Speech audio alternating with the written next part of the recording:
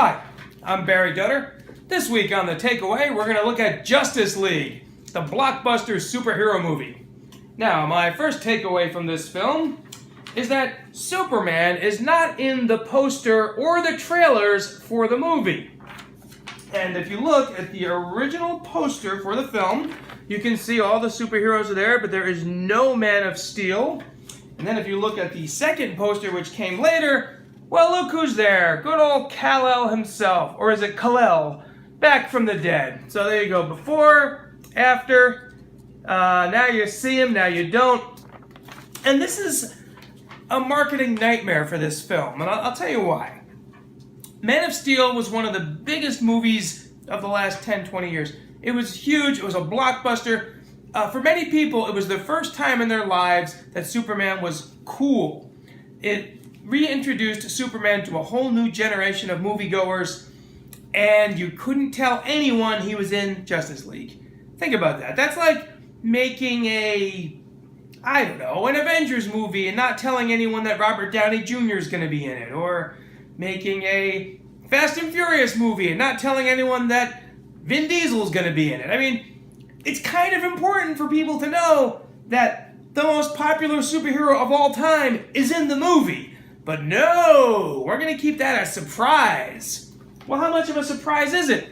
We live in a time now where anyone can go online. You can go on IMDb and look up the credits for any movie before it comes out. And lo and behold, whose name appears like second or third in the credits for Justice League? Henry Cavill, of course, Superman. So clearly he's in the movie.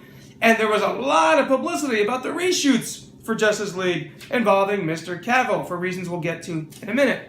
So I just think it was a bad decision to kill Superman in the previous film. They created a situation where they couldn't tell anyone that the most popular superhero of all time was in the new Justice League movie. And I'm sure somewhere out there were some people who went, well, I'm thinking of seeing that Justice League movie, but it's got that Bat fella in it, it's got that Wonder Woman gal in it, there she is, but I don't see no Superman. I feel like I'm only getting 2/3 of the Trinity, so I'm not going to see that. They ain't going to get my dollars. Okay, my second takeaway from the film, the Super-Mustache. Now, just to be clear, and I'll show you a picture of it, this is the Super-Mustache. It does not appear in Justice League. Due to a bunch of stupid reasons involving two giant movie studios getting in a rivalry with each other, Henry Cavill had to come back for reshoots. He was not allowed to shave off his mustache. This resulted in scenes where they had to digitally remove the mustache. And they created some weird looking faces like this, where it always looks like there's supposed to be something over his upper lip, but there isn't anything there. So when you watch the film, it's a huge distraction. You find yourself just wondering which scenes were shot before the mustache, which scenes were shot after the mustache. And it's just a distraction that didn't have to be there. It's very unfortunate. Didn't need the super mustache. My next takeaway from Justice League, there is no Darkseid in this film. Darkseid is the greatest villain in the history of the DC Universe, created by the great Jack King Kirby. At the very least, Darkseid could have had a cameo in this film. The villain in Justice League is Steppenwolf, who is one of the minions of Darkseid. And it would have been fun to see Darkseid show up at the end, at least. But no, they foolishly squandered this opportunity. Look, you only get one shot to make the greatest Justice League movie of all time. The problem with studios these days is they think too far ahead. They're thinking, well, let's not worry about how good the first one is. Let's worry about the sequel. You can't think like that. You got to give us one great movie first that makes us want a sequel. Now, who knows if there'll ever be another Justice League movie. You have to imagine you've only got one shot to get it right, which means Superman has to be on the poster and Darkseid has to be your villain. I'm sorry, but you just got to get it right. Next, there is no Green Lantern in the movie Justice League. Well, okay, there is a Green Lantern. There's a brief cameo, and it's actually a really fun scene where you see an alien Green Lantern get killed in this huge space battle, and you see the ring float off the finger and fly off to find another wearer of the ring. So that was fun. It was a fun little cameo. The reason why is there no real, Earth Green Lantern in this movie?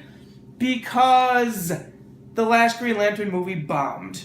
Now, even if you didn't want to put Ryan Reynolds in this film, surely you could have put a different Green Lantern, Tomar-Ray or Kilowog or someone. It just doesn't look right when you see the entire team gathered together and there's no green. Where's the green guy? I mean, you've got 6 heroes. Would it really have affected the box office at all to have a 7th person in there? You could have put Guy Gardner in there. That would have been fun. There would have been some great conflict between him and the rest of the team. It's always fun when you have the one jerky guy on the team. He could have been the DJ of the team. So it's unfortunate there was no Green Lantern. But, oh well, maybe next time. The next takeaway is the bad continuity. Look, there have only been 5 DC Universe, Extended Universe movies at this point, and they all contradict each other. First, they say Wonder Woman went into hiding for 100 years. Then they say, well, she probably didn't go into hiding. Then they say, when Superman died, he was the most beloved hero on Earth, and he was a beacon of hope, and his absence is what gives the villains the signal to know that it's time for them to invade. Wait a second. Those of us who saw Batman v Superman know that he wasn't a beacon of hope. Half the people on the Earth hated him and feared him. So the whole premise of this Justice League movie contradicts the previous movie, which featured these characters. So that's just kind of annoying. In only 5 films, they've already screwed up all the continuity. So that's too bad. There is my next takeaway. There is no black costume for Superman in this film. That's unfortunate. They filmed scenes with Superman wearing the black costume. Henry Cavill even teased on Twitter a photo of what it would look like. When Superman came back from the dead in the comics, it was done in a way that was never really that satisfactory to me. They sort of explained it as a once-in-a-lifetime combination of science and magic that brought the Man of Steel back to life. In this movie, the heroes use a mother box to bring him back. It would have been fun, when he came back in the comics, he was severely weakened or depowered. He had the black costume, he had a mullet for some reason. It would have been kind of interesting to see, Superman come back without his powers, and he slowly gets them back during the course of the film. That would have been interesting, but instead they went with the direction they went with. And, another contradiction at the end of Batman vs. Superman, when you see Superman coffin is kind of trembling a little bit. It looks like he's coming back to life, but in this film, of course, it's the mother box that brings him back to life. So why was his coffin trembling in the previous film? Was he having some after-death shakes or something? What was that? We don't know. Contradiction. My next takeaway is that Aquaman equals Thor. And I'll tell you what I mean. Look, Aquaman is the most boring character in DC Comics. And actually, Thor was the most boring character in Marvel Comics. So when they took Thor and put him into movies, they gave him a new personality where he's more interesting and more fun. They took that same personality and they gave it to Aquaman for this film because now he's like this party dude who fist bumps and says things like, "My man!" I find it hard to believe that, coming up in Atlantis, that Aquaman would have ever had the opportunity to meet anyone who fist bumps or says, "My man!" But that's a much more interesting personality than we've ever seen on Aquaman before, so here he is. My next takeaway from the film, Superman dies and returns, like a couple years later. Clark Kent also dies and returns at the exact same time that Superman returns. How does Clark Kent explain this to his coworkers of the Daily Planet? But Clark, you died and we saw your body and you were buried in a grave and you've been dead for the last couple of years. Why are you suddenly back now? Why do you come back the same time Superman comes back to life? I mean, he does kind of look like Superman if you take those glasses off. I'm just saying. They created a really unfortunate situation with the death of Superman.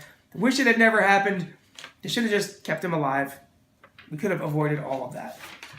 Next, Steppenwolf in this film is the same villain as Ares in the Wonder Woman movie. And by that, I mean, let's look at the pictures of the two of them. They're basically interchangeable. Which one of these is Steppenwolf? Which one is Ares? I don't know. They're practically the same guy. They're both boring. Neither one of them has anything interesting to say. So, my feeling is they blew it with the villain in Justice League. Even Starro the Conqueror would have been more interesting than this guy. My final takeaway from Justice League is the Russian family is in danger and the Justice League rescues them. Who cares?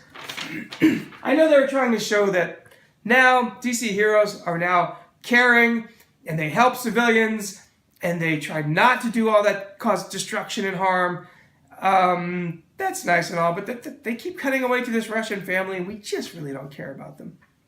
That was it for my final takeaway on the film. I enjoyed Justice League. I thought it was fun. I'm a hardcore Marvel guy, so when they make changes to the characters in Marvel movies, I find it bothers me a million times more than any changes they might make to DC characters.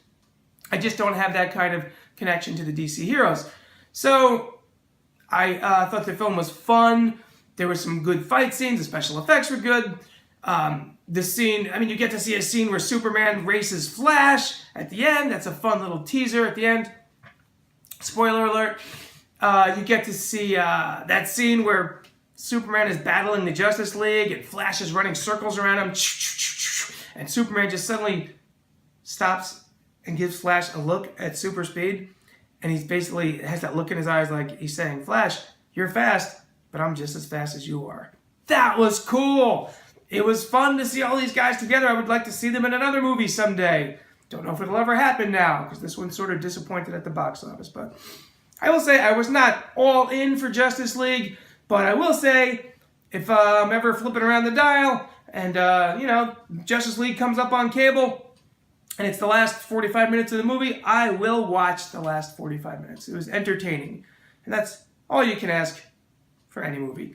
Till next time, I'm Barry Dutter, and this has been The Takeaway.